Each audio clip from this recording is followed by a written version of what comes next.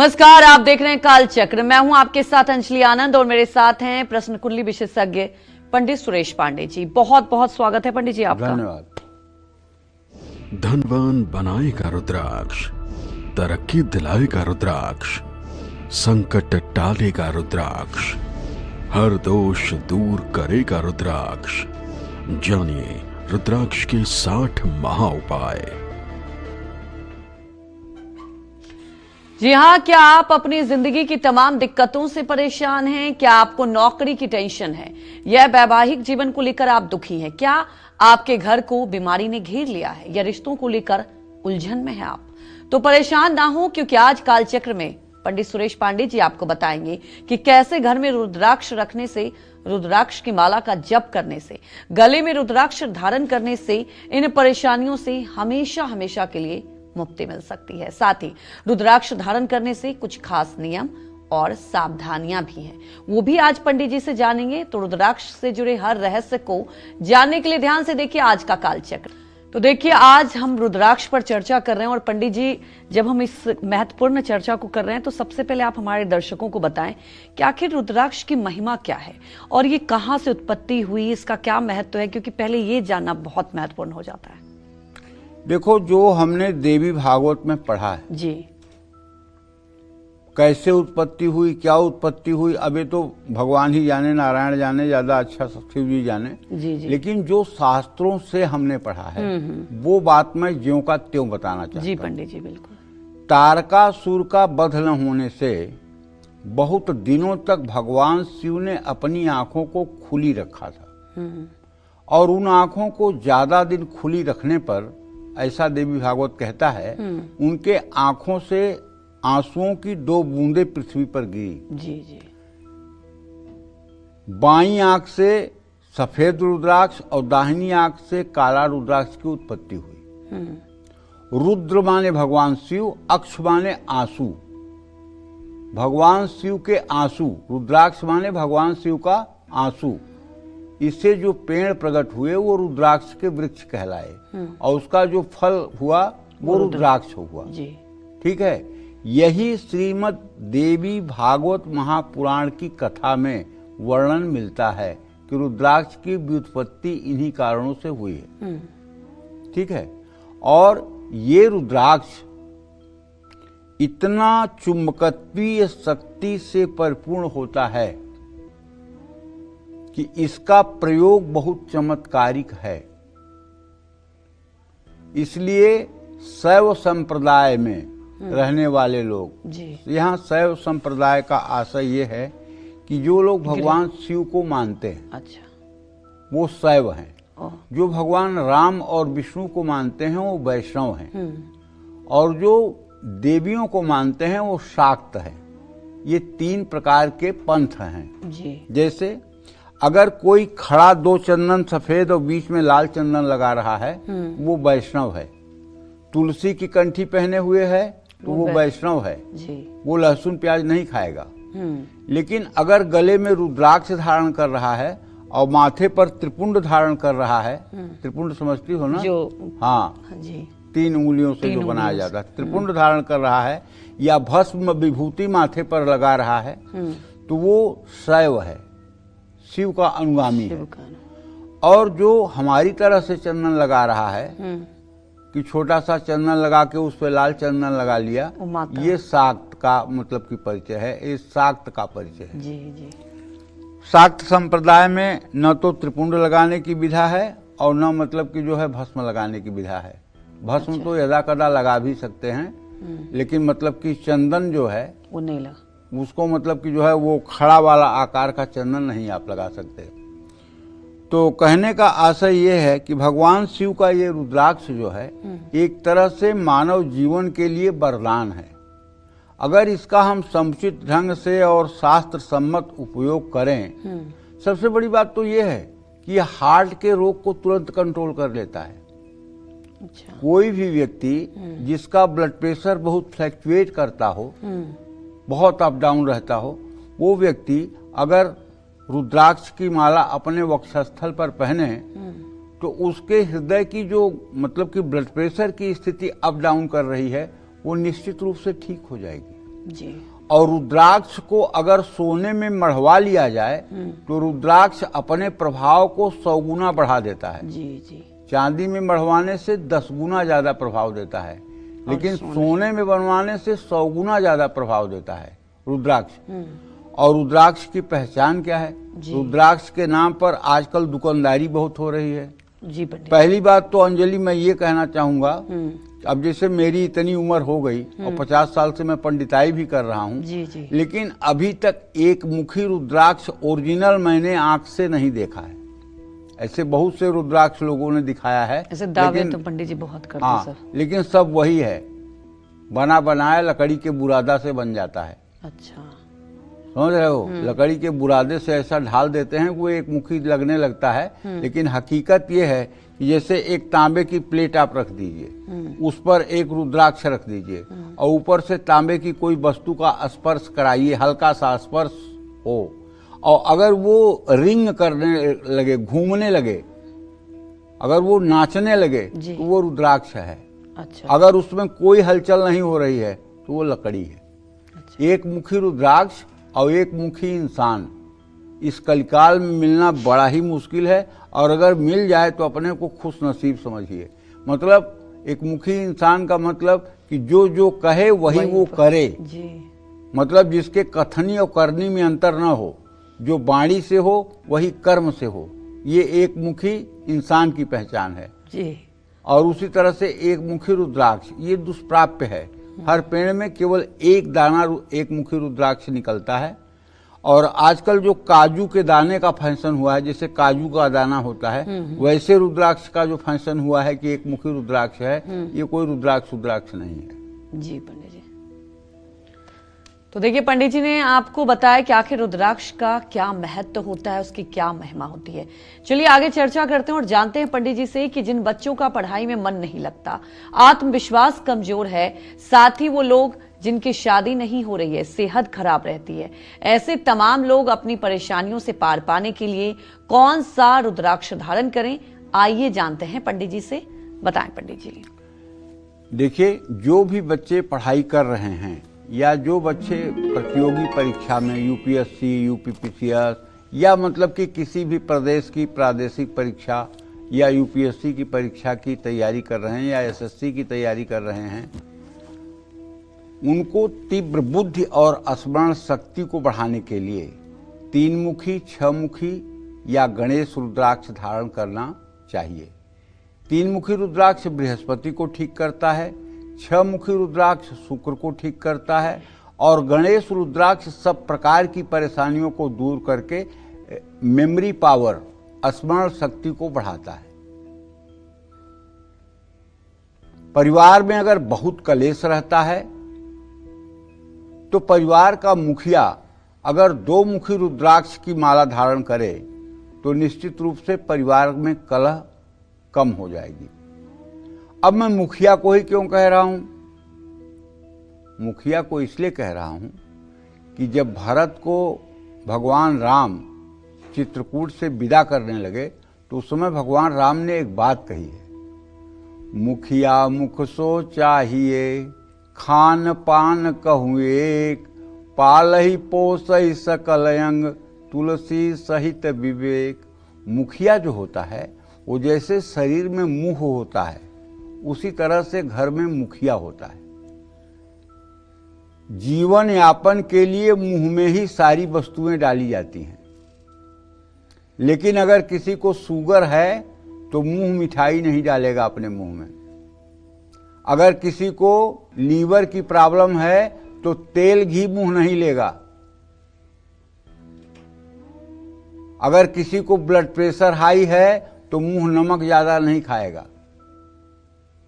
अब भाई, blood pressure तो शरीर को है, मुंह का क्या बिगड़ रहा है? शुगर तो शरीर को है, मुंह का क्या बिगड़ रहा है? वो तो खा ले मिठाई, लेकिन नहीं, वो मुखिया है।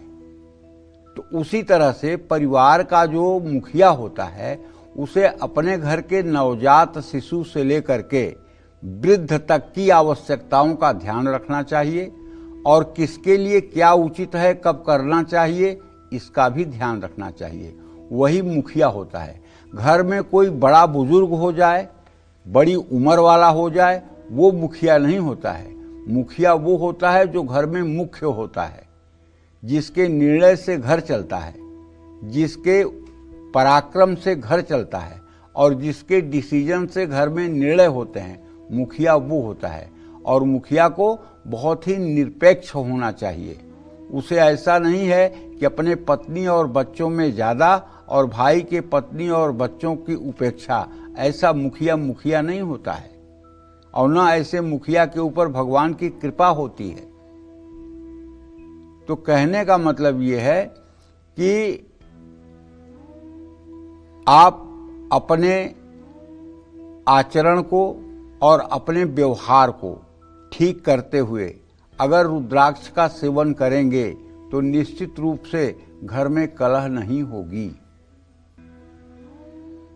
अब हाँ, एक बात, दूसरी बात यह है कि आप आइसक्रीम भी चाटते रहिए और खांसी का सिरप भी पीते रहिए और कहिए कि खांसी नहीं बंद हो रही है। मतलब आप दुष्टता भी करते रहिए और दो मुखी रुद्राक्ष भी धारण कर लीजिए और कहिए पंडित जी ने कहा था घर में कलह नहीं होगी और घर में तो कलह हो रही है। अरे भाई, उसके लिए अपने आचरण को भी ठीक करना पड़ेगा। कोई दवाई तभी फायदा करेगी जब परहेज भी होगा।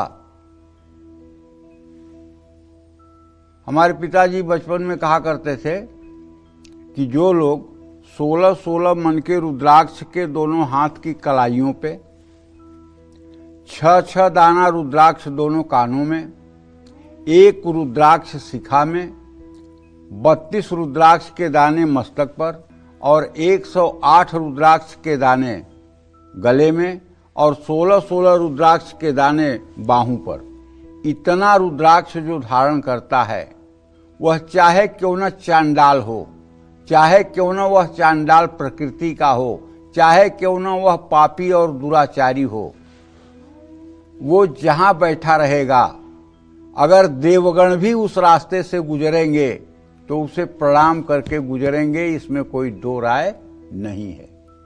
जो बात भगवान श्री कृष्ण ने गीता में अर्जुन से कहा है कि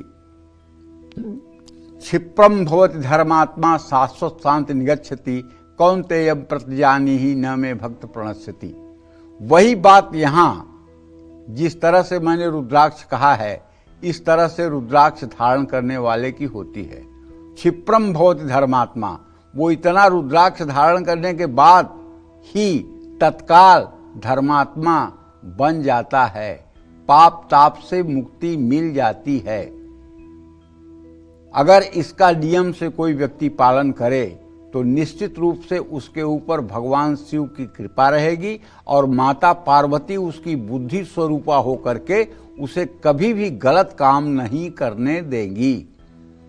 आत्मा त्वम गिरिजामति सहचरा प्राणा शरीरम गृह पूजा ते विषयोपभोग रचना निद्रा समाधि स्थिति संचार पदयो प्रदक्षिण विधि स्त्रोताणि सर्वागिरो यद कर्मं क्रियते तदखिलम शंभो तवयाराधनम। अब अगर आप मानसिक पूजा करना चाहते हैं तो सोचिए कि आपके शरीर में रहने वाली आत्मा ही शिव स्वरूप है, गिरिजामति ही, और आपकी बुद्धि ही माँ पार्वती का स्वरूप है। सहचरा प्राणा, आपके शरीर में बाएं दाहिने नाक से आने जाने वाली श्वसन क्रिया जो है यही शिवगण है, सहचरा। आत्मा त्वम गिरिजामति सहचरा प्राणा शरीरम गृह, और ये जो आपका शरीर है ये भगवान शिव के निवास करने योग्य स्थान है। पूजा ते विषयोपभोग रचना, जो आप कंघी तेल साबुन लगाते हैं, इत्र लगाते हैं, चंदन लगाते हैं, ये सब भगवान शिव के पूजन के उपचार हैं। पूजा ते विषयोपभोग रचना निद्रा समाधि स्थिति, और जब आप सोते हैं तो ये भगवान शिव की समाधि की अवस्था है। संचारः पदयो प्रदक्षिण विधि, और जितने कदम आप चलते हैं, चाहे सीधे चलें, चाहे टेढ़े चलें, चाहे सीढ़ियों पे चलें, वो भगवान शिव की आप गोल गोल परिक्रमा ही कर रहे हैं, इसके अलावा कुछ नहीं है। संचारः पदयो प्रदक्षिण विधि स्त्रोताणि सर्वा गिरो। हर वचन आपके मुंह से निकला हुआ, हिंदी, अंग्रेजी, संस्कृत, किसी भी भाषा में आप बोल रहे हैं, वो भगवान शिव के लिए पवित्र स्त्रोत के अलावा कुछ भी नहीं है। सर्वा गिरो यद कर्मम क्रियते तदखिलम शंभो तव आराधनम। जाने अनजाने में जो आप कर्म कर रहे हैं, चाहे दुकानदारी कर रहे हैं और चाहे नौकरी कर रहे हैं, सब भगवान शिव की आराधना का ही क्रम है, इसके अलावा कुछ भी नहीं है। अगर ये मान्यता ठोस मन में कर ली जाए तो उसी दिन मनुष्य का कल्याण हो जाएगा। जय मां विंध्यवासिनी। हाँ, तो 2 मुखी रुद्राक्ष धारण करने वाला जो घर का मुखिया होता है, वो परिवार में सामंजस्य बैठा के रखता है। इससे पति, पत्नी, पिता, पुत्र, भाई, बहन, रिश्तेदार और दोस्तों के साथ रिश्ते मजबूत होते हैं। जिन लड़के लड़कियों की शादी में देरी हो रही है, उनको गौरी शंकर रुद्राक्ष जरूर धारण करना चाहिए। सेहत अगर खराब रहती है, कोई रोग हो गया है, तो 14 मुखी या 8 मुखी रुद्राक्ष धारण करना चाहिए। अकाल मृत्यु और रोग के शमन के लिए, काम में सफलता अगर नहीं मिल रही है, तो इस काम के लिए आप 11 मुखी और 14 मुखी रुद्राक्ष या लक्ष्मी रुद्राक्ष भी धारण कर सकते हैं। इसको धारण करने के बाद धन वृद्धि और मान सम्मान में वृद्धि और आत्मविश्वास में वृद्धि होती है। कानूनी मामलों में बिना दोष के भी अगर फंस गए हैं, तो अपने गले में 7 मुखी या 11 मुखी रुद्राक्ष पहने। शनि की महादशा में तो 7 मुखी रुद्राक्ष जरूर धारण करना चाहिए। जैसे इस समय कुंभ, मीन और मेष, इन 3 राशि के जातकों पर शनि की 7.5 चल रही है। सिंह और धनु राशि पर शनि की ढैया है। अगर ये 5 राशियों के लोग 7 मुखी रुद्राक्ष धारण करें, तो मैं दावे के साथ कह सकता हूँ आपके ऊपर 7.5 और ढैया का प्रकोप 0 हो जाएगा। इस समय आपके लिए 7 मुखी रुद्राक्ष जरूरी है, और जब तक आपके ऊपर 7.5 या ढैया का प्रकोप है, तब तक आपको 7 मुखी रुद्राक्ष, ज्यादा नहीं तो 1 दाना ही सही, 1 पीस ही सही, उसको धारण करना चाहिए सोमवार के दिन। अगर घर में वास्तु दोष है, तो अपने मुख्य द्वार पर रुद्राक्ष आप बांधिए, घर में भगवान शिव की पूजा करिए। इन सब चीजों से आपका कल्याण होगा। पितर दोष, मंगल दोष, शनि, राहु, केतु जैसे ग्रहों के प्रकोप से बचने के लिए कौन सा रुद्राक्ष धारण करना चाहिए, ये सब मैं विस्तार से आपको बताऊंगा, बस थोड़ी देर में। जय मां विंध्यवासिनी। तो चलिए अब राशि अनुसार चर्चा की शुरुआत करते हैं, और सबसे पहले बात करते हैं मेष राशि की। बल, बुद्धि, पद, प्रतिष्ठा पाने के लिए मेष राशि वालों को कौन सा रुद्राक्ष धारण करना चाहिए, आइए जानते हैं। देखिए, मेष राशि का स्वामी ग्रह मंगल है और मंगल का मूलांक 9 है। मेष राशि वालों को 14 मुखी या 5 मुखी रुद्राक्ष गले में धारण करना चाहिए। 14 मुखी रुद्राक्ष को हनुमान जी का स्वरूप माना जाता है। इसे धारण करने से मेष राशि के जातकों को बल, बुद्धि, धन, पद और प्रतिष्ठा मिलती है। जल, दूध और शहद मिलाकर शिवलिंग का अभिषेक करना चाहिए, और उसके बाद शुद्ध जल से धो करके और भगवान शिव के शिवलिंग का स्पर्श करा के इस रुद्राक्ष को श्रद्धापूर्वक गले में धारण करना चाहिए। जय मां विंध्यवासिनी। हमारे एक दर्शक बलवीर दिल्ली से जुड़ चुके हैं। बलवीर, आप सवाल पूछ सकते हैं। नमस्ते पंडित जी। हाँ, सदा सुखी रहिए। मेरे 3 सवाल है जी। मेरे लड़के की डेट ऑफ बर्थ 25/6/2008 है। उसका नाम शुभम है। उसका जन्म स्थान दिल्ली है। उसका भविष्य कैसा रहेगा और वह किस फील्ड में जाएगा। और दूसरा मेरी पत्नी के लिए, मेरी पत्नी की डेट ऑफ बर्थ 19/11/1976 है। मेरी पत्नी के भविष्य और उसके स्वास्थ्य के बारे में बताएं और आयु के बारे में। और जी तीसरा सवाल, मेरे 5/5/1975 मेरा भविष्य कैसा रहेगा और मैं काम कर पाऊंगा या नहीं। चलिए, सबसे पहले तो आपके बेटे के बारे में ही बता देते हैं। आपके पुत्र भाव का स्वामी बुध, उससे द्वितीय और सप्तम भाव के स्वामी जो क्रमशः बुध और बृहस्पति बन रहे हैं। अभी इनका इत्तेसाल बहुत अच्छा नहीं हो रहा है, तो इसलिए अभी तो आपका बेटा पढ़ाई में औसत से भी नीचे जा रहा है। आप उसकी पढ़ाई पर ध्यान दीजिए। और अगर पढ़ाई पर ध्यान देंगे तो उसके 10वें भाव का स्वामी बुध है, उसे आप बैंकिंग के क्षेत्र में या चार्टर्ड अकाउंटेंट के क्षेत्र में अगर आगे बढ़ाएंगे तो सफलता मिल सकती है। लेकिन अभी उसका पढ़ाई जो है औसत से भी नीचे दर्जे की है, तो इसलिए आप उसके लिए ट्यूशन वगैरह लगा करके और उसके पढ़ाई को और मजबूत बनाने के लिए प्रयास करिए। दूसरा प्रश्न आपका है आपके धर्म पत्नी के बारे में, तो बताना चाहूँगा कि 6ठे भाव में राहु है।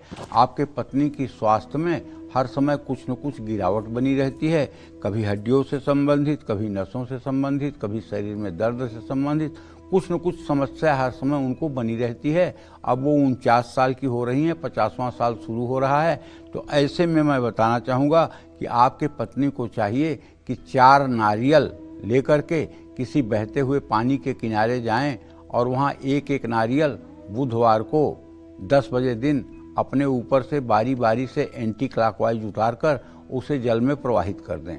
ये उपाय अगर 4 बुधवार कर दें तो निश्चित रूप से उनका स्वास्थ्य अच्छा हो जाएगा। जहाँ तक आयु की बात है, आयु ठीक है, आयु में कोई दिक्कत नहीं है, लेकिन स्वास्थ्य में थोड़ा सा दिक्कत दिखाई दे रही है। आपने अपने बारे में जो प्रश्न पूछा है उसके बारे में बताना चाहूँगा कि मंगल अभी अस्त है। यद्यपि आप 50 साल के हो चुके हैं, लेकिन भाग्येश चंद्रमा और मंगल का 5म नवम साल है। पुरुषार्थ आपका ठीक है, लेकिन और भी ज़्यादा आपको परिश्रम करके आगे बढ़ने की आवश्यकता है। इसके लिए आपको चाहिए कि रोज़ 10 बार हनुमान चालीसा का पाठ करें और मंगलवार को हनुमान मंदिर जरूर जाएं। वहाँ बूंदी के लड्डू और तुलसी के पत्ते का प्रसाद चढ़ाएं। इससे आपके घर में अमन चैन रहेगा और आपको आगे बढ़ने का मौका मिलेगा। जय मां विंध्यवासिनी। तो चर्चा को आगे बढ़ाते हुए बात करते हैं वृषभ राशि वालों की। कौन सा रुद्राक्ष वृषभ राशि को अच्छी सेहत के साथ साथ सुख भी प्रदान करता है, ये जानते हैं। बताएं पंडित जी। देखिए, वृषभ राशि के जातकों को बताना चाहूंगा कि 6 मुखी, 10 मुखी या 13 मुखी रुद्राक्ष आप धारण कर लीजिए, और अगर तीनों मिल जाए तो तीनों धारण कर लीजिए। 13 मुखी रुद्राक्ष देवराज इंद्र का स्वरूप है।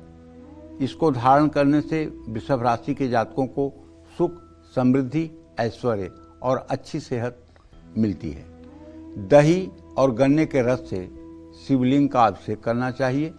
जो लोग भगवान शिव का प्रायः शिववास में अभिषेक किया करते हैं और भगवान शिव के शिवलिंग पर भी रुद्राक्ष धारण कराते हैं, और जो लोग स्वयं रुद्राक्ष धारण करते हैं, जो लोग अपने माथे पर सुबह चंदन से त्रिपुंड और सायंकाल भस्म से त्रिपुंड लगाते हैं, वो लोग निश्चित रूप से इस जन्म में सुखी जीवन जीकर शिवलोक को प्राप्त होते हैं। अगर आप सुबह चंदन न लगाएं तो सुबह गीली भस्म लगानी चाहिए आपको। जो भस्म विभूति भगवान की होती है शिव की, उसे कटोरी में पानी डाल करके गीला कर लें और उसे 3 उंगलियों से अपने माथे पर लगाएं। सुबह गीला भस्म लगाना चाहिए और सायंकाल सूखा भस्म लगाना चाहिए। इसके पीछे भी सनातन धर्म का एक बहुत बड़ा लॉजिक है। सनातन धर्म में कहा गया है कि रात को चंदन नहीं लगाना चाहिए। क्यों? क्योंकि मलयागिर चंदन जो होता है, ओरिजिनल चंदन की बात कर रहा हूँ, उसको अगर घिसिए और उसका लेप माथे पर पूरा करिए तो उसकी पपड़ी छूट छूट के गिरती है, और जब आप सोएंगे तो उसकी पपड़ी छूट करके आपके आँखों में भी जा सकती है, जो आपके आँखों के लिए नुकसानदायक हो सकती है। और शाम को भस्म लगाने की जो बात कही गई है और सूखी भस्म लगाने की बात कही गई है, तो सूखी भस्म अगर आप लगाएंगे और रात को सोएंगे भी तो भस्म में ऐसी कोई चीज़ नहीं है जो छूट करके आपकी आँखों में गिरे और आपकी आँखों को नुकसान पहुँचाए, बल्कि वो राख है। अगर आपके आँखों में आती भी है तो आपके आँखों को कोई नुकसान नहीं होगा। तो इसलिए सनातन धर्म में हर छोटे छोटे काम के पीछे एक बहुत बड़ा लॉजिक कहीं न कहीं से छिपा हुआ है। ये बात मैं आप लोगों से बताना चाहता हूँ। जय मां विंध्यवासिनी। तो जो लोग पितर दोष और मांगलिक दोष की वजह से कष्ट झेल रहे हैं और जिन पर शनि और राहु केतु की टेढ़ी नजर है, ऐसे सभी लोग कौन सा रुद्राक्ष धारण करके अपनी कुंडली में बैठे कमजोर ग्रहों को मजबूत कर सकते हैं, आइए जानते हैं पंडित जी से, बताएं पंडित जी। जिन लोगों की जन्म कुंडली में मांगलिक दोष है, लग्ने व्यच पाताले जामित्रे चाष्टमे कुजौ, भर्ता पत्नी विनाशाय पत्नी भर्ता विनाशकृत। देखिए, मंगल के नाम पे हवा ज्यादा है, हकीकत कम है। मंगल के इतने परिहार हैं कि बड़े मुश्किल से 10% कुंडली में मांगलिक बचता है, नहीं तो किसी न किसी परिहार से कट जाता है। लेकिन जिन लोगों को ज्योतिष शास्त्र का गहन अध्ययन नहीं है, जिन लोगों ने केवल शुरुआती लाइनें ज्योतिष की पढ़ ली हैं, वो आपकी कुंडली देखकर इतना आपको डरा देंगे। कहीं कहेंगे पीपल से शादी कर लो, कहीं कहेंगे बरगद से शादी कर लो, कहीं कहेंगे शालिग्राम से शादी कर लो। मतलब इतनी शादी आपकी करवा देंगे कि आप भी धन्य हो जाएंगे, जबकि ऐसा है नहीं।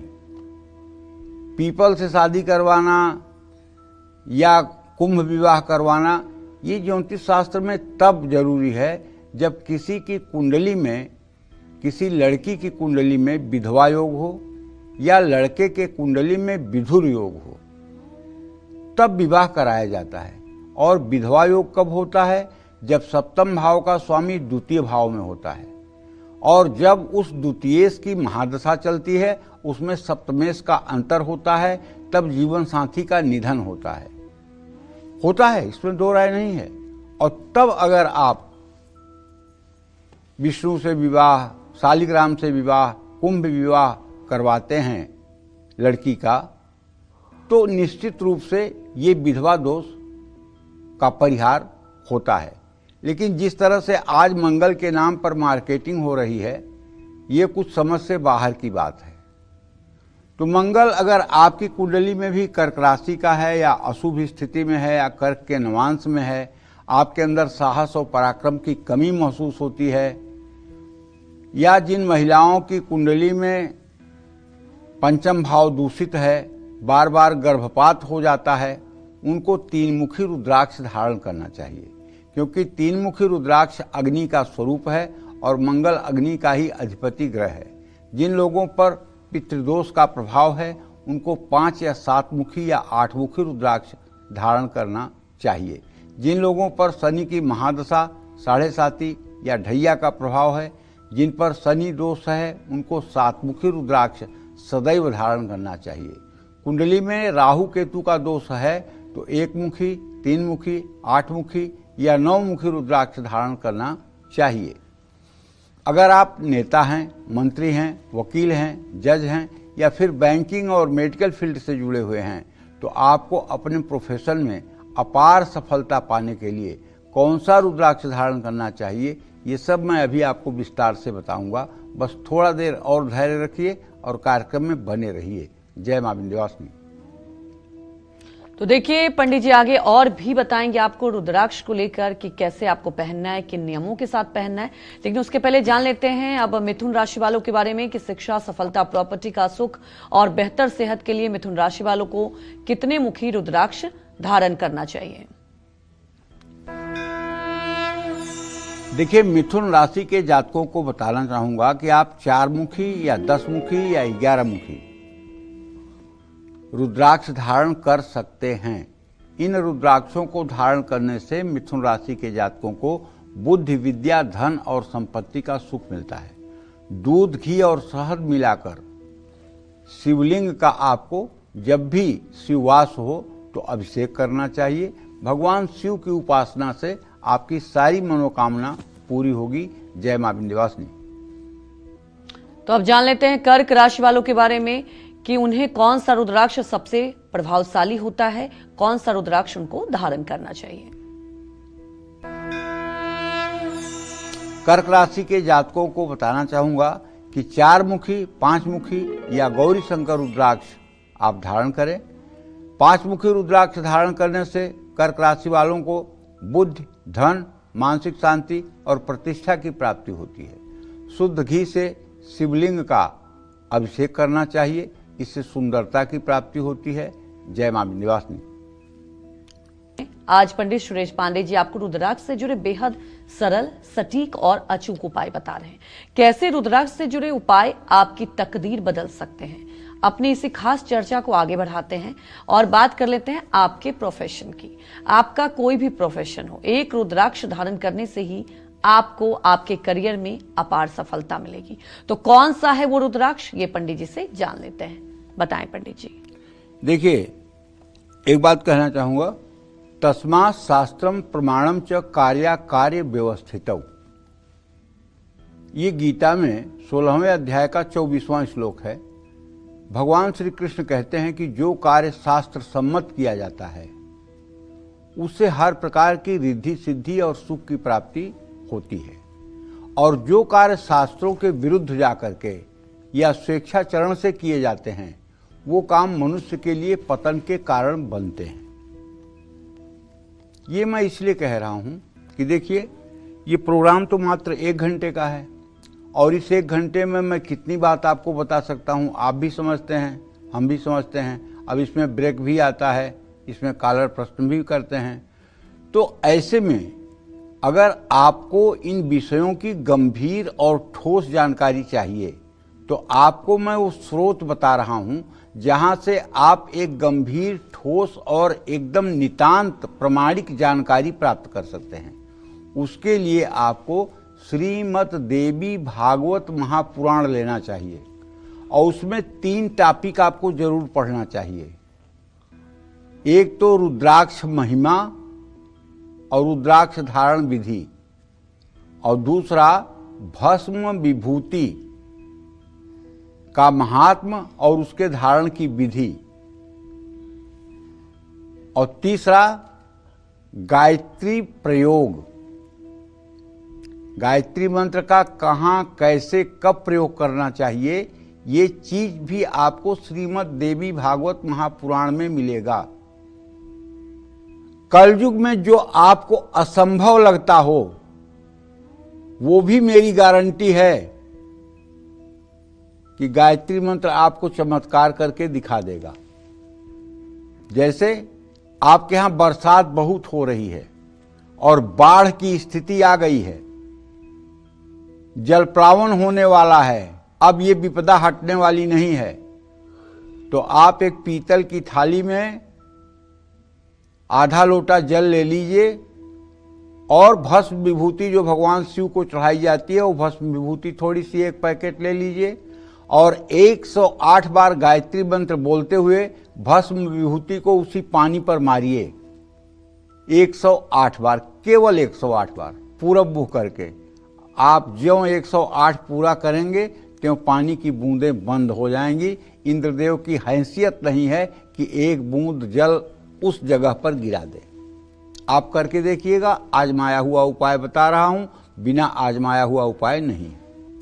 या बहुत सूखा पड़ गया है, इतना सूखा पड़ गया है कि त्राही त्राही हो रही है, जल का स्तर बहुत नीचे जा रहा है, तो ऐसे में अगर 11 सात्विक लोग एक साथ बैठ करके पूरब दिशा में मुंह करके और पीतल की थाली में आधे आधे लोटे जल लेकर के और गाय का कच्चा दूध लेकर के, गाय का कच्चा दूध 1-1 पाव लेकर के बैठ जाएं और गायत्री मंत्र बोलते हुए और 1-1 चम्मच दूध उसी पानी में डालते जाएं, तो आप विश्वास करिए 6 से 24 घंटे के बीच में सुनिश्चित रूप से बरसात होगी। अब ये देवी भागवत में लिखा हुआ है, ये मैं नहीं कह रहा हूं। इसी तरह से अगर कोई व्यक्ति चर्म रोग से भयंकर परेशान है, जीना मुश्किल हो गया है, यहां तक कि एक्जिमा और अपरस ऐसा हुआ है कि मवाद निकल रही है शरीर से, बदबू आ रही है, दुर्गंध हो रहा है, तो आप सुंदर तांबे के हवन कुंड में आम की लकड़ियां जला करके, गिलोय की लकड़ी लेकर के, 4 अंगुल गिलोय की लकड़ी, 4-4 अंगुल की गिलोय की लकड़ी का 108 टुकड़ा बना करके, आधा टुकड़ा पंचगव्य में और आधा टुकड़ा गाय के घी में डुबा करके अगर गायत्री मंत्र से 108 बार हवन करें तो 80 दिनों के अंदर ही आपके चर्म रोग में आपको राहत मिल जाएगी। ये सब गायत्री मंत्र के कुछ प्रयोग हैं। जिन घरों में भूत प्रेत और आत्मा दोष का महातांडव शुरू है, देखिए, जो लोग नहीं मानते तो नहीं मानते, आप भाग्यशाली हैं, लेकिन जिनके ऊपर बीतती है तो जानते वही हैं। इसलिए मैं ये टॉपिक कह रहा हूं। मैं कोई अंधविश्वासी नहीं हूं और ना मैं मतलब कि इतना ज़्यादा इन सब विषयों में पढ़ता हूं, लेकिन हकीकत ये है कि पितृदोष होता है, पितरदोष होता है, प्रेत दोष होता है, ये हमारे शास्त्र मानते हैं। तो ऐसी स्थिति में भी अगर आप श्रीमद् देवी भागवत महापुराण के 12वें स्कंध का पहले अध्याय से 6वें अध्याय तक का अगर रोज सुबह शाम, सुबह सूर्योदय के समय और शाम को सूर्यास्त के पहले घी का दिया जलाकर गायत्री माता के चित्र के सामने धूप दीप जलाकर अगर आप पाठ करना शुरू करें तो ज्यादा से ज्यादा 6 महीने के अंदर चाहे जितनी बड़ी आपदा और विपदा होगी उन सब चीजों से आपको मुक्ति मिल जाएगी। ये ऐसा उपाय मैं आपको बता रहा हूं, एकदम छाती का आजमाया हुआ उपाय है। ऐसा नहीं है कि इस उपाय को करने के बाद भी कुछ इफ बट या किंतु परंतु बचेगा, ऐसा बिल्कुल नहीं है। बस आपकी श्रद्धा होनी चाहिए और पूरी श्रद्धा और विश्वास के साथ आपको करना चाहिए। अब चलिए विषय पर आता हूं। कोई राजनीति करने वाला व्यक्ति है या कोई मंत्री मिनिस्टर है या विधायक है या सांसद है या प्रशासनिक अधिकारी है या होटल कारोबारियों का आप मतलब कि समूह है, तो आपको 1 मुखी या 13 मुखी रुद्राक्ष धारण करना चाहिए। जज को 2 मुखी या 14 मुखी रुद्राक्ष धारण करना चाहिए। वकील को 4 मुखी या 13 मुखी रुद्राक्ष धारण करना चाहिए। बैंक मैनेजर को और MBA करने वालों को 11 मुखी रुद्राक्ष या गौरी शंकर रुद्राक्ष धारण करना चाहिए। अकाउंट के काम में जो लोग हैं वो 4 मुखी और 12 मुखी रुद्राक्ष धारण करें। इसी तरह से जो चार्टर्ड अकाउंटेंट हैं वो 8 मुखी और 12 मुखी रुद्राक्ष धारण करें। जो मार्केटिंग कर रहे हैं या पुलिस अधिकारी हैं या कंप्यूटर इंजीनियर्स हैं उनको 9 मुखी और 12 मुखी रुद्राक्ष धारण करना चाहिए। सेना और पुलिस विभाग से जुड़े लोगों को 4 मुखी और 9 मुखी रुद्राक्ष धारण करना चाहिए। डॉक्टर्स को 9 मुखी और 11 मुखी रुद्राक्ष धारण करना चाहिए। दवा विक्रेता, बिल्डर, प्रॉपर्टी डीलर को 1 मुखी या 10 मुखी रुद्राक्ष धारण करना चाहिए। मैकेनिकल इंजीनियर को 10 मुखी या 11 मुखी रुद्राक्ष धारण करना चाहिए। सिविल इंजीनियर को 8 मुखी या 14 मुखी रुद्राक्ष धारण करना चाहिए। प्रोफेसर या टीचिंग के फील्ड में जो लोग हैं वो 6 मुखी या 14 मुखी रुद्राक्ष पहने। क्लर्क, टाइपिस्ट, लेखक, पत्रकार को 8 मुखी या 11 मुखी रुद्राक्ष धारण करना चाहिए। ठेकेदार को 13 मुखी और 14 मुखी रुद्राक्ष धारण करना चाहिए। संगीतकार और कवियों को 9 मुखी और 13 मुखी रुद्राक्ष धारण करना चाहिए।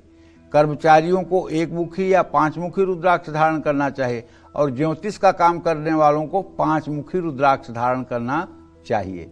अगर आपका बच्चा जिद्दी है, गुस्सैल है, बात बात पर झगड़ा करता है, पढ़ाई से जी चुराता है, परीक्षा देने से घबराता है, तो कौन सा रुद्राक्ष आपके बच्चे को होशियार और होनहार बना सकता है, ये मैं आपको बताऊंगा बस थोड़ी देर में। आप हमारे साथ बने रहिए और आज का कार्यक्रम काफ़ी गंभीर है, इसे आप ध्यान से देखते रहिए। जय मां विंध्यवासिनी।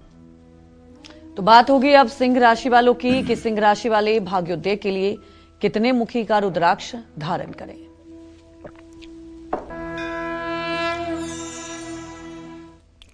देखिए, सिंह राशि के जातकों को बताना चाहूँगा कि आप 5 मुखी या 12 मुखी रुद्राक्ष धारण करें।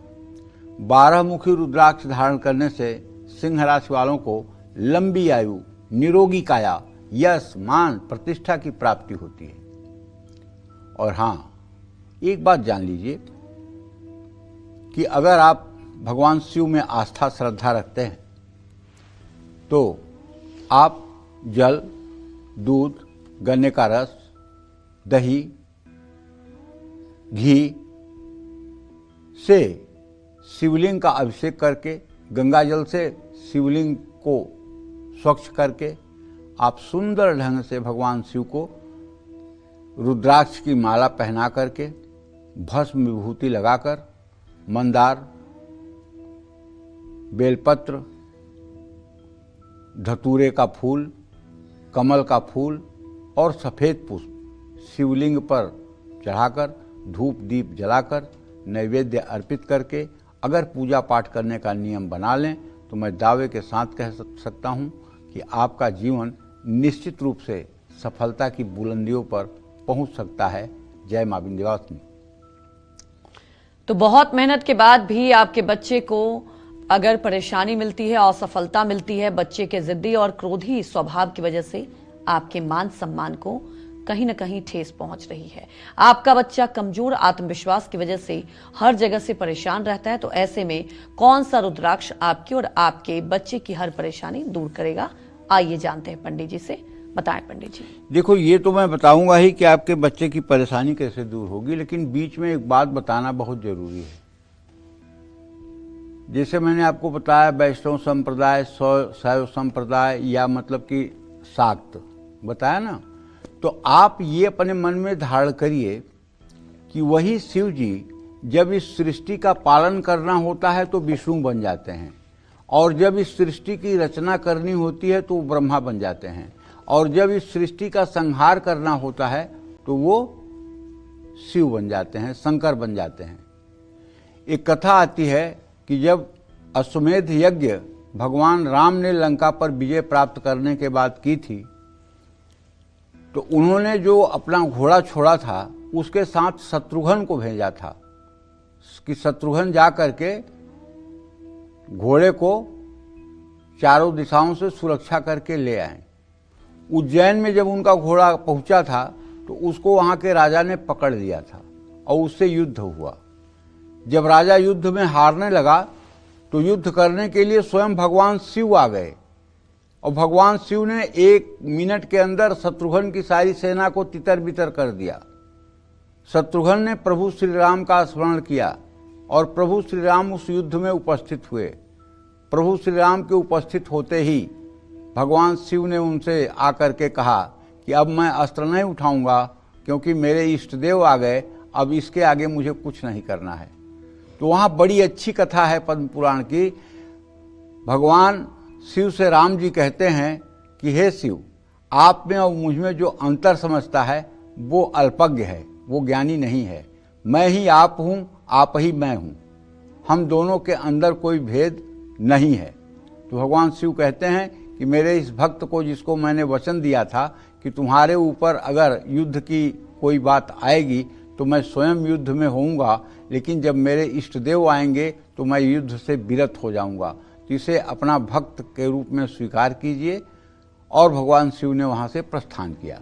तो भगवान शिव और राम का वहाँ पर जो संवाद है, अब पूरा मैं आपको नहीं बता पा रहा हूँ, लेकिन वो सच्ची बात यह है कि उसमें साफ साफ लिखा हुआ है शिव ही राम हैं, शिव ही कृष्ण हैं, शिव ही विष्णु हैं, और विष्णु ही राम हैं, विष्णु ही शिव हैं, विष्णु ही ब्रह्मा हैं। इसमें कोई संदेह नहीं करके और ये संप्रदायों के झगड़े में नहीं पड़ना चाहिए। कहा तो यहाँ तक गया है, जा पर कृपा करहि पुरारी, सो नर पावे भगति हमारी। जिस पर भगवान शिव कृपा करते हैं उसको राम जी की भक्ति देते हैं। और राम जी क्या कहते हैं, शिवद्रोही मम दास कहावा, सो नर सपने हूँ मोहि न भावा। जो भगवान शिव की निंदा करता है, जो भगवान शिव से द्रोह करता है, अगर वो मेरा भक्त बनना चाहे तो मैं कभी उसे अपने भक्त के रूप में स्वीकार नहीं करता हूँ, वो मुझे अच्छा नहीं लगता है। तो भगवान शिव की आराधना करने वाला बहुत बढ़िया वैष्णव बन सकता है। जय। और हाँ, जो बच्चे पढ़ाई में मन नहीं लगा पाते हैं उनको 2 मुखी रुद्राक्ष धारण करना चाहिए। 2 मुखी रुद्राक्ष को लाल, सफेद या काले धागे में बच्चे के गले में सोमवार को पहनाना चाहिए। जो बच्चे याद किया हुआ भी भूल जाते हैं, इसलिए परीक्षा में अच्छा नहीं कर पाते हैं, उनको हरे रंग के धागे में गणेश रुद्राक्ष धारण करवाना चाहिए। और गणेश रुद्राक्ष के साथ साथ हो सके तो ब्राह्मी एक औषधि है, उसका भी सेवन कराना चाहिए। आपके बच्चे का आत्मविश्वास यदि कमजोर है तो 3 मुखी रुद्राक्ष बच्चे के गले में धारण कराएं। बच्चे को हमेशा चांदी की चेन में रुद्राक्ष पहनाएं। चांदी नहीं धारण कर सकते हैं तो काले रंग के धागे में डालकर रुद्राक्ष पहना सकते हैं।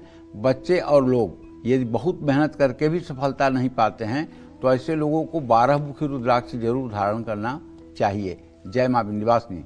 अब रुद्राक्ष धारण करने से पहले और रुद्राक्ष धारण करने के बाद आपको किन बातों का खास ख्याल रखना चाहिए, ये मैं आपको बताऊंगा बस थोड़ी देर में। जय मां विंध्यवासिनी। तो कन्या राशि वालों को कौन सा रुद्राक्ष धारण करना चाहिए, आइए जानते हैं।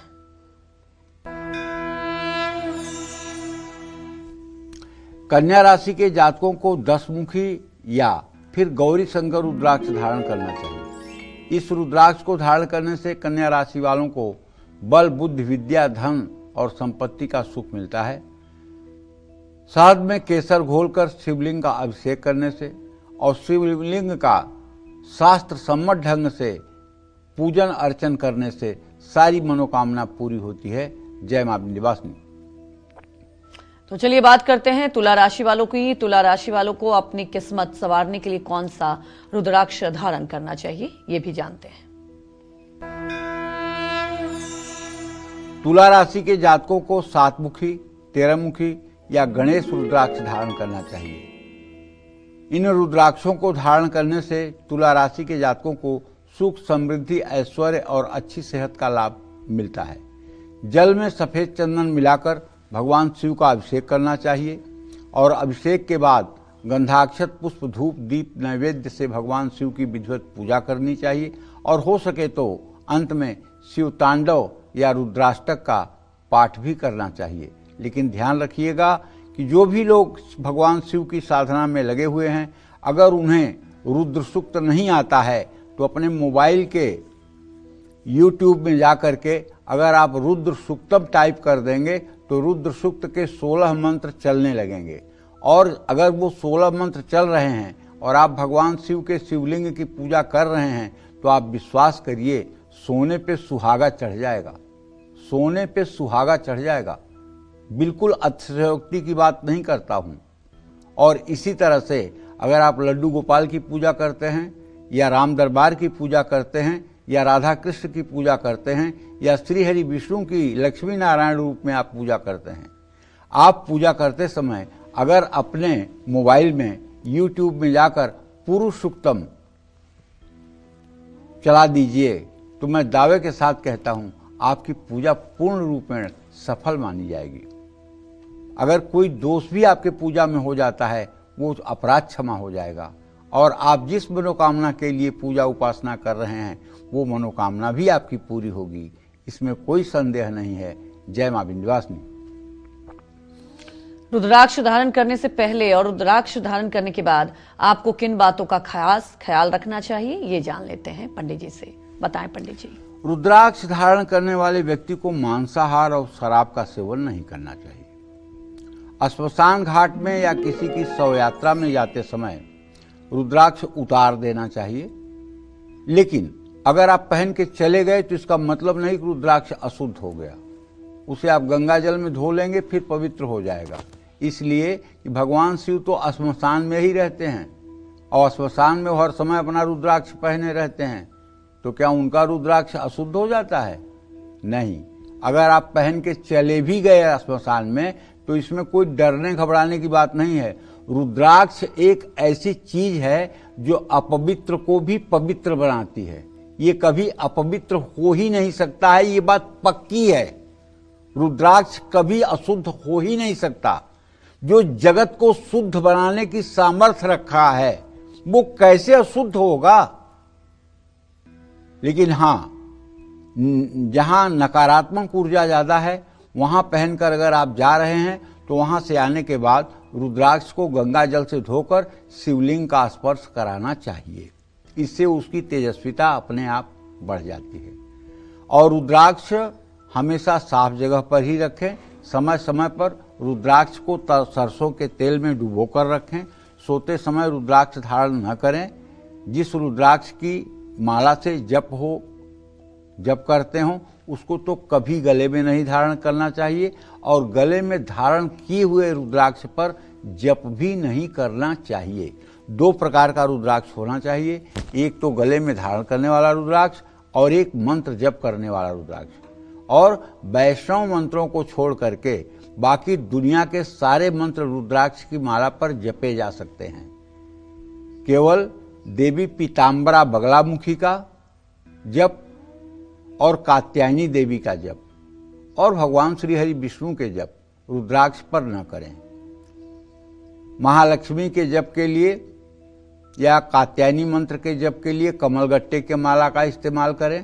पीताम्बरा बगलामुखी के मंत्र को जपने के लिए हल्दी के माला का उपयोग करें और विष्णु भगवान की किसी मंत्र का जप करने के लिए तुलसी के माला का प्रयोग करें। और बाकी सारे देवी देवता नवग्रहों के मंत्रों को आप रुद्राक्ष की माला पर कर सकते हैं। यहाँ तक कि नव दुर्गाओं के भी मंत्रों को आप रुद्राक्ष की माला पर कर सकते हैं। दुर्गा की भी आराधना आप रुद्राक्ष की माला पर कर सकते हैं। उसी रुद्राक्ष के बारे में दुर्गा सप्तशती में लिखा हुआ है, ओम ऐं ह्रीं अक्षमालिकाय नमः। यहाँ अक्षमालिका का मतलब है रुद्राक्ष से। ओम माम माले महामाये चतुर्वर्ग स्वरूपिणी चतुर्वर्ग स्वयि न तस्मान में सिद्धिधा भव अविघ्नम कुरु माले त्वं गृहाण दक्षिणे करे जप काले सिद्ध्यर्थ प्रसिद्धम मम सिद्धये ओम अक्षमालाधिपतये सुसिद्धिम देहि देहि सर्वमंत्रार्थ साधय साधय सर्वसिद्धिम परिकल्पय परिकल्पय में स्वाहा।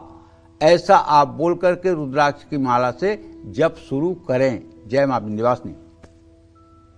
तो अब बात करते हैं वृश्चिक राशि वालों की कि वृश्चिक राशि वालों को कष्टों से मुक्ति पाने और अपनी मनोकामना को पूरा करने के लिए कौन सा रुद्राक्ष धारण करना चाहिए। वृश्चिक राशि के जातकों को बताना चाहूंगा कि 8 मुखी और 13 मुखी या 14 मुखी रुद्राक्ष आप धारण कर लीजिए। इसके धारण करने से वृश्चिक राशि के जातकों को बल बुद्धि धन पद प्रतिष्ठा मिलेगी। जल में कच्चा दूध और पीला चंदन मिलाकर शिवलिंग का अभिषेक करिए।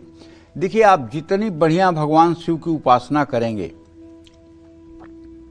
जितना ज्यादा आपका समर्पण भगवान शिव के श्री चरणों में रहेगा, उतना ही ज्यादा आनंदवर्धन होगा। जय मां विंध्यवासिनी। और चलिए अब पंडित जी से जान लेते हैं धनु राशि वालों के बारे में कि वो रुद्राक्ष जो इन्हें सफलता के शिखर तक पहुंचाएगा और कष्टों को भी हर लेगा, ये जान लेते हैं।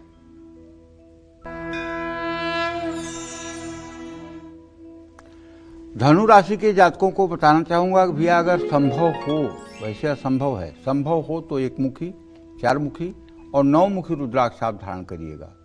इन रुद्राक्षों को धारण करने से धनु राशि के जातकों को धन ऐश्वर्य विद्या बुद्धि और अच्छी सेहत की प्राप्ति होगी। खूब बढ़िया अच्छे से शिवालय में जाकर के और भगवान शिव का अभिषेक करिए। कच्चे दूध में केसर घिस करके डाल दीजिए और चांदी की श्रृंगी से शिवलिंग पर दूध की धारा देते हुए और रुद्र सूक्त चालू कर दीजिए। आहा, जीत लीजिए पूरा दुनिया। आपके जैसा भाग्यशाली कोई नहीं, आप करके देखिए। जय मां विंध्यवासिनी। तो चलिए अब बात करते हैं मकर राशि वालों की कि अच्छी सेहत और धन लाभ के लिए मकर राशि वालों को कितने मुखी रुद्राक्ष और किस विधि से धारण करना चाहिए। मकर राशि के जातकों को 7 मुखी 9 मुखी या 10 मुखी रुद्राक्ष या 13 मुखी रुद्राक्ष धारण करना चाहिए। मकर राशि वालों को ये सभी रुद्राक्ष धारण करने से शनि की कृपा मिलती है, सेहत धन यश और संपत्ति की प्राप्ति होती है। बस आपको करना ये है कि घर में नर्मदेश्वर शिवलिंग रख लीजिए या पारे का शिवलिंग या स्फटिक का शिवलिंग और विधिवत उनकी पूजा करिए, षोडशोपचार, और रुद्र सूक्त बजते रहना चाहिए। या अगर आप रुद्र सूक्त बोल सकते हैं, अरे तब क्या पूछना है, तो सोने पे सुहागा वाली बात हुई। और बढ़िया शिवलिंग का अभिषेक करिए, पूजन अर्चन करिए, हर समय भगवान शिव का ध्यान करिए, आपका जीवन एकदम जय जय हो जाएगा। जय मां विंध्यवासिनी। तो चलिए अब बात कर लेते हैं आज के लकी ईमेल कुंडली विजेता की। और आज के हमारे ईमेल कुंडली विजेता हैं मेरठ उत्तर प्रदेश के रहने वाले गणेश महाजन, और इन्होंने हमें मेल करके अपनी समस्याओं के समाधान और भविष्य के बारे में जानना चाहा है। और चलिए अब पंडित जी से इनकी समस्याओं का समाधान भी जान लेते हैं। पंडित जी, इनकी डिटेल मैं आपको बता दूं। गणेश महाजन नाम है, 6 अगस्त 1989 इनका जन्म हुआ है, 10:27 रात को दिल्ली में जन्म हुआ। और सवाल पूछा है कि वर्तमान में इनकी कुंडली में कौन से ग्रहों की दशा चल रही है, बृहस्पति की। और दूसरा पूछा है कि सेहत को लेकर आने वाला समय इनका कैसा है, ये भी 11 दिसंबर 2025 के बाद इनकी सेहत में बहुत तेजी से गिरावट आएगी। यही 11 दिसंबर 2025 जो है यहाँ से इनके सेहत में गिरावट होगी, नसों की समस्या होगी, एसिडिटी गैस की प्रॉब्लम होगी, पेट से संबंधित समस्या होगी, शरीर में दर्द होगा। और ये दशा इनकी 28 सितंबर 2026 तक ठीक नहीं है। इन्हें इस दशा में रोज महामृत्युंजय मंत्र ओम होम जूम सह चतुराक्षरी महामृत्युंजय मंत्र का 10 माला जप करना चाहिए। तीसरा प्रश्न क्या है? तीसरा इन्होंने पूछा है खुद का मकान कब तक होगा, नौकरी में तरक्की। मकान भाव में बृहस्पति बैठा हुआ है, चाहे जहां भी आप मकान में पैसा खर्च करेंगे वहां कोई न कोई लिटिगेशन आ जाएगा, कोई न कोई समस्या हो जाएगी। मकान अगर बना भी लेंगे तो बिक जाएगा या किसी दूसरे के हाथ में चला जाएगा, क्योंकि चतुर्थ भाव का बृहस्पति मकान का सुख नहीं देता है। इसलिए मकान जब भी बनाना हो अपने बच्चों के नाम से, पत्नी के नाम से, माता पिता के नाम से, भाई बहनों के नाम से यदि आप मकान का सुख चाहते हैं तो ऐसा आप उपाय करें। लेकिन अभी शीघ्रता में कोई मतलब योग बनता हुआ दिखाई नहीं दे रहा है जी। और इनका क्या प्रश्न? नौकरी का भी पूछा है। हाँ, नौकरी के लिए भी बता देना चाहता हूँ कि इनके 10वें भाव का स्वामी बृहस्पति है, जो केंद्राधिपत्य दोष से दूषित होकर के इस समय मतलब कि महादशा में है। और ये पिछले 7 साल से न इनके जीवन में कोई उत्थान हुआ है न पतन हुआ है। इनका जीवन एक जगह जैसे सिमट गया है, न आगे बढ़ रहे हैं न नीचे गिर रहे हैं, एक जगह रुक गए हैं। कोई विकास उकास की बात नहीं हो रही है। अगर ये रोज राम रक्षा स्त्रोत का सुबह शाम पाठ करें तो इनके जीवन में राहत मिल सकती है और नौकरी के क्षेत्र में भी मनचाही सफलता मिल सकती है जी। तो वहीं हमारे एक दर्शक भी जुड़ गए हैं और विमल, आप सवाल पूछ सकते हैं। प्रणाम गुरुजी। हाँ, सुखी रहिए। गुरुजी, मेरे वैवाहिक जीवन ठीक नहीं चल रही है, आगे कोई दिक्कत तो नहीं है। और दूसरा, मेरे मम्मी का स्वास्थ्य ठीक नहीं रहता है, बैक में पेन रहता है। अब देखिए, ऐसा है, आपका वैवाहिक जीवन ठीक नहीं चल रहा है। प्रश्नकाल के हिसाब से बुध बृहस्पति की चतुर्थ दशा में स्थिति है। जरा सा आप बुद्धिमानी करेंगे तो निश्चित रूप से आपका वैवाहिक जीवन ठीक हो जाएगा। आप अपने वैवाहिक जीवन को ठीक करने के लिए मेरा एक उपाय मानिए। मंगलवार को 1 पाव मूंग भिगो दीजिए और बुधवार को गायों को खिलवा दीजिए। आप देख लीजिए 17 बुधवार में आपका दाम्पत्य जीवन एकदम ठीक हो जाएगा। शादी वगैरह में कोई टूटन की संभावना नहीं है। जहाँ तक आपके माताजी के स्वास्थ्य का प्रश्न है तो देखिए, उसमें आपको बताना चाहूँगा, नसों का खिंचाव है और उनका L4 L5 में नसें दब रही होंगी, जहाँ तक मेरा अनुमान है।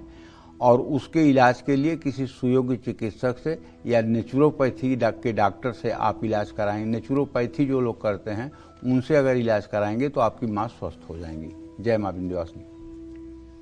चलिए अब जल्दी से जानते हैं भाग्योदय के लिए कुंभ राशि वालों को कौन सा रुद्राक्ष धारण करना चाहिए। देखिए, इस समय कुंभ राशि पर शनि की 7.5 चल रही है। वैसे मेरा अनुभव है कि मकर, कुंभ और तुला राशि के जातकों को शनिदेव ज्यादा कष्ट नहीं देते हैं। तो ऐसे में कुंभ राशि वालों को 7मुखी और 9मुखी रुद्राक्ष धारण करना चाहिए। 7मुखी रुद्राक्ष महासेन अनंत का स्वरूप है और 9मुखी रुद्राक्ष महाभैरव का स्वरूप है। इन रुद्राक्षों को धारण करने से शनि कृपा मिलती है, सेहत, धन, यश और संपत्ति की प्राप्ति होती है। अगर कोई व्यक्ति अपने घर में नर्मदेश्वर शिवलिंग रख करके और गन्ने के रस से रुद्राष्टक से नित्य शिवलिंग का अभिषेक करे तो कुबेर के समान धनवान हो सकता है। जय मां विंध्यवासिनी। तो मीन राशि वालों को कौन सा रुद्राक्ष धारण करना चाहिए, क्या उनके लिए शुभ होगा, ये जानते हैं पंडित जी से। देखो, वैसे तो मीन राशि के जातकों को 1मुखी या 4मुखी रुद्राक्ष धारण करना चाहिए। रुद्राक्ष धारण करने से मीन राशि वालों को धन, ऐश्वर्य, विद्या, बुद्धि और अच्छी सेहत की प्राप्ति होती है। कच्ची दूध में केसर और गुड़ मिलाकर शिवलिंग का अभिषेक करना चाहिए। इससे भगवान शिव की कृपा प्राप्त होती है और जीवन के कष्टों का निवारण होता है। जय मां विंध्यवासिनी। पंडित जी, हमारे दर्शकों को इतनी महत्वपूर्ण जानकारी दी, आपका बहुत बहुत धन्यवाद। धन्यवाद। उम्मीद यही करते हैं कि आपको भी आज का हमारा विषय बहुत पसंद आया होगा। कल फिर एक नए विषय और आपकी परेशानियों को दूर करने के लिए ढेर उपाय लेकर आएंगे हम पंडित सुरेश पांडे जी के साथ। तब तक कालचक्र की पूरी टीम को अनुमति दीजिए। नमस्कार।